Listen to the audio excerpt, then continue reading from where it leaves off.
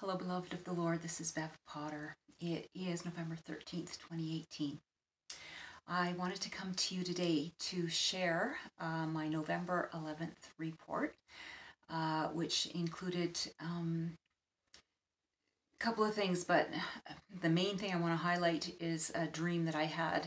It was an apocalyptic dream, and I call it the Whisp invasion. So I will explain that to you as we go along. So I would like to start by sharing that at 5:04 in the morning, I was woken up from my sleep by hearing our back screen door slam. That was in the spirit. It did not happen in the natural. This was early in the morning and everything's locked up here. And normally I can't see my clock. I'm next to blind. So I looked up at my clock after I realized what was going on and had a minute to think about what I had just heard. And I squinted, and normally if I squint, I still can't see anything on the clock. It's still totally blurry. But I was able to see the time very clearly. So it was 5:04 when I looked at the clock in the morning. All right, so I did do a study on the number 5:04, and since the Lord did something with me, or us, Rob and I, years back, he was given a phone. It was a phone number where the first three numbers, it was the first three numbers and then a 0, and then those same numbers repeated backwards. And we felt it was significant, and a friend of Rob's thought it was also. So I prayed about it, and I felt to look it up in the concordance online and look at what those numbers meant in the Greek and Hebrew. So I did that, and they were very significant. So I had mentioned it to someone else that we knew, and they just kind of said, well, you're weird. I thought, well, that's what I felt to do. And then a few years later, I see that everybody's doing this. So that was very cool. So it was nice to know that I'm not that weird. All right. Anyway, so the number 5:04. So let's just take a look at that. So I looked it up in both the Greek and Hebrew. And because of that forwards backwards thing with Rob's phone number years ago, I decided to look it up backwards too, 405. So we'll see how those relate. Okay, so H, Hebrew 5:04, means an ox or cow, as in farming or as a possession. This is something I don't really understand, but it sounds interesting. The singular is found in the name of the first letter, Aleph, or Alpha. So I didn't really understand what that meant, but when I see Alpha or Omega, I take note of that. So it's translated kine 4 times in the Bible, oxen 3 times, and family once. Kine is cows, as in female and plural. All right. So then I decided to flip it around. Oh, sorry. And a family also from the sense of yoking or taming a cow or ox. So I feel like it has to do with something being brought into submission or someone. All right. And H405, so flipping it around, means a load or burden, or the metaphor is means a weight, authority, or dignity, which I thought was interesting because when we are brought into submission to the Lord, he can impart to us authority and dignity. Okay, and then I wanted to do G504. It means dry places, haunts of demons, without water. And then also waterless clouds, which promise rain but yield none. And and they that allure through the lusts of the flesh, Jude 1:12. And then reversing that, G405 means a slave dealer, man stealer, one who unjustly reduces a free man to slavery, and enslaver. So in the G's, we seem to have this complementary meaning of basically a haunts of demons and promises of rain but yielding none. So waterless clouds is an expression used in the Bible of people who are deceptive. And then 405 means an enslaver. So someone enslaving through deception. When I heard the back screen door slam, what came to me was out the back door. And when I looked up back door, it's associated with a secret exit, an escape, or something dishonorable. So I had the sense that it was like some type of demonic leaving the house and kind of trying to sneak out because they're going out the back door, not the front door, and which ties in with the waterless clouds and the enslaver meaning for 405 and 504. And then the H, Hebrew 504, speaking of like yoking or taming, and like a family, and then authority. So yeah, just it's, to me it indicates, you know, that God is at work in our family and he's getting rid of the enslaver. So okay, so that's what happened at 5:04 in the morning, and then I went back to sleep and I had a dream about an apocalyptic storm. It was demonic, and I will just share a bit about that dream. All right, it felt very significant. I saw in the sky the clouds swirling, and they didn't look natural, but they came to like a vortex, and I could see that something was coming out of this vortex. And I thought the timing was interesting, being November 11th, which was 15 days after I had woken up with, you know, Babylon is falling now. So we'll see. But anyway, I'll just give you the details of the dream. I saw it coming. So I was outside with my two of my kids. And I had, we were out, it was in a city, and we were on the street, and I had bought them some plants. And then my son had a pot with two green onions in it, growing like they were full grown. And then my daughter had one green onion and a flower. And they were walking along, but I got distracted by this storm, so they ended up walking ahead of me. And when I put my attention back on them, they were up ahead, so I went up to catch up with them. And there was a lady standing there who had told them that she would take care of those plants for them.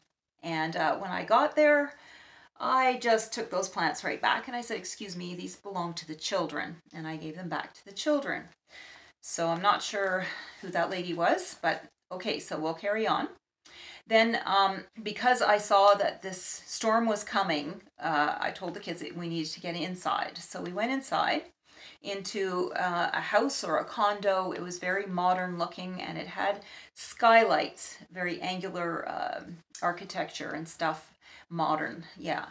And so when we were inside, and when this storm came, like when these things came out, I had this sense that what came to me was gnats. All right, so we were in the house, and I looked up through the skylight, and I could see these things coming down. And then I went around to the side of the house where the entire wall was window. There were doors, but they were just completely windows, and there were windows as well. So it was all glass. And so we could see out, and these things were coming by this window. And as they came by, I noticed that they looked like those things I'm going to try to put that as the thumbnail, but those things from that movie, the Avatar, but not, there was no light in them. They were just almost more like jellyfish in a sense. There was no light coming from them, but they were wispy like those things from Avatar. And, okay, we could see the wisps and their shapes. I also had the sense that some of them were shaped like chess pieces. Although they didn't really look like chess pieces, it's more like I knew they were chess pieces. Okay, and so they didn't appear to see us, but they appeared to be looking for openings. So where the door was cracked open, they were kind of slowly floating towards the opening. And so we realized we needed to close everything. So we closed up the doors and the windows and latched them and locked them. And yeah, they were more concerned with the openings than us. And then I realized while I was having this dream that I've been having more apocalyptic dreams than I have been remembering, which I thought was interesting. So, yeah, we locked everything up, and then I just felt to go check the rest of the house and make sure that everything was locked. But as I was leaving that area, I woke up. Or, no, I didn't wake up. It changed scenes. Okay, then suddenly I was in a vehicle, and one of my oldest daughter was there, and she had said, oh, we went back to get this lock. So it was a combination lock off one of the lockers, since you're going to be running the place. And we were, like I said, in a vehicle. So we arrived somewhere and we went inside, and it was like a gathering of people. There were people there. And I knew that my job of taking care of the kids at home was done. And I had a dress on that Rob had given me, and I twirled in front of him. And, but he only gave me like a half smile because I could see that he was still in pain. But anyway, and then I woke up. So I felt that I was moving into something new. So that's interesting. So just going back to the dream, I just want to share a couple of things. I did look up wisps. I did a study on the wisps, but also the fact that some of them I sensed were chess pieces spoke to me of, because chess is a game of strategy, I had a sense that this was a strategic move on the part of the enemy. Okay, so I did a study on wisps. And, all right, the interesting thing was when I first went to look up wisp on the online dictionary, it said, my phone said to me, can you tell me why you want to know the meaning of wisps? And it's like, no. So I shut it off and went back on again after, and it didn't ask me a second time, but I thought, well, that's kind of odd. Anyway, so I got, it's a wisp is a thin puff or streak as of smoke, or a slender trace. It can be a person or thing that is small, delicate, or barely discernible. And there's a story of the will-o'-the-wisp, or Ignis fatuus. All right, so a will-o'-the-wisp is an atmospheric ghost light seen by travelers at night, especially over bogs, swamps, or marshes. It resembles a flickering lamp and is said to recede if approached, drawing travelers from the safe track. That's what stood out to me. From the safe paths. All right, and Ignis fatuus is medieval Latin. It means foolish fire. And an additional meaning here, something that misleads or deludes an illusion. And a deceptive goal or hope. So, yeah, that kind of went well with what I was feeling about what was going on in that dream. All right, now I also felt that it relates to what I shared about the church, what's coming to the church, the deception. I also had the sense that if the enemy has been cast out and is actually on earth inhabiting the body that's been prepared for him now, it would be a strategic move to send out these spirits to begin to subtly begin deceiving people who have a place where they're open to that. So yeah, that's why it was important to close the doors. It was the openings that needed to be shut. So yeah.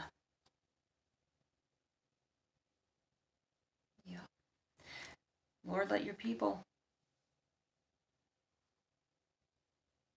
well, I'm asking you to heal the breaches of your people, Lord, that you would close the doors and the windows that are open,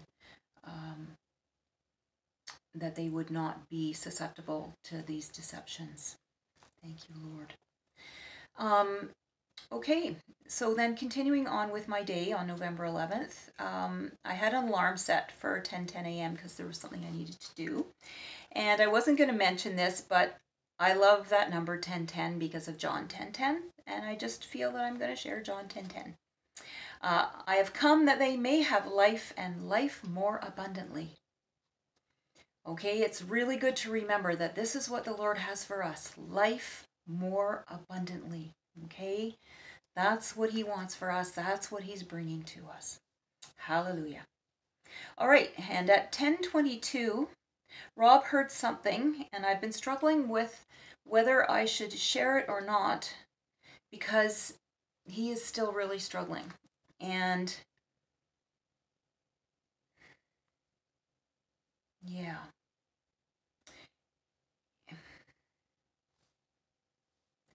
Okay, I'll save that for a minute. Later he said, it's getting easier and easier to let go. He's a bit of a workaholic because a lot of his identity is in work and being a provider. But this day, he fell asleep instead of going to work. It was a Sunday, granted, but he still often goes to work on Sundays. Okay, Daniel 12:7b, that's what it reminded me of. When the shattering of the power of the holy people comes to an end, all these things would be finished. So there is a process whereby the Lord shatters the power of the holy people. And he brought my attention to that verse years ago. And because, well, also because he shared with me, I'm bringing you to the end of yourself, right? So to the end of your power. So yeah, that's what I felt when Rob said that.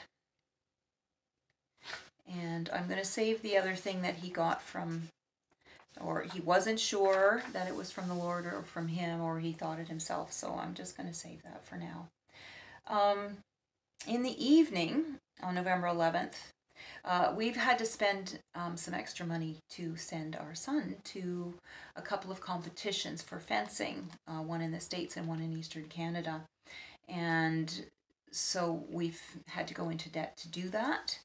And normally we don't like to do that, but we really felt that we were supposed to support him in this and do these two competitions. So that's what we've done.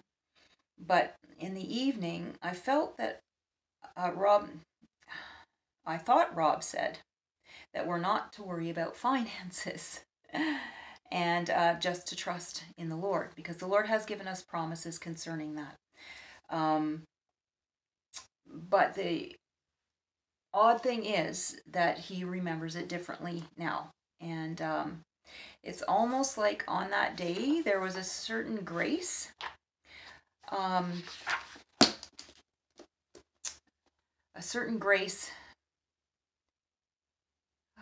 to let go and to trust and things. But there's this battle. But there's a battle. And I feel like there is this fight because I believe the Lord has taken us out of Egypt, but now he has to take Egypt out of us, right? I've mentioned that before. I have the sense that there's this battle to get Egypt out of us.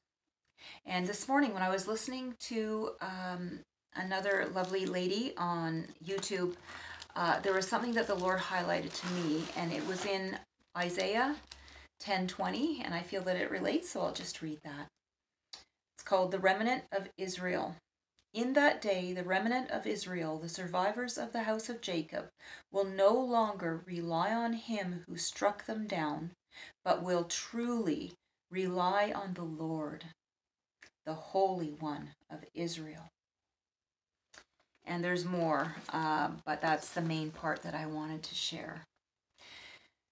So, I just felt that I should do a little report on November 11th, because the Lord did give me that dream, and I did have that waking up in the morning, and I did feel that he was doing something with us on that day. So yeah, okay, so that's it for today. That's all I'm going to share. Thank you for letting me share. God bless you and keep you, and love you lots. Talk to you soon. Bye-bye.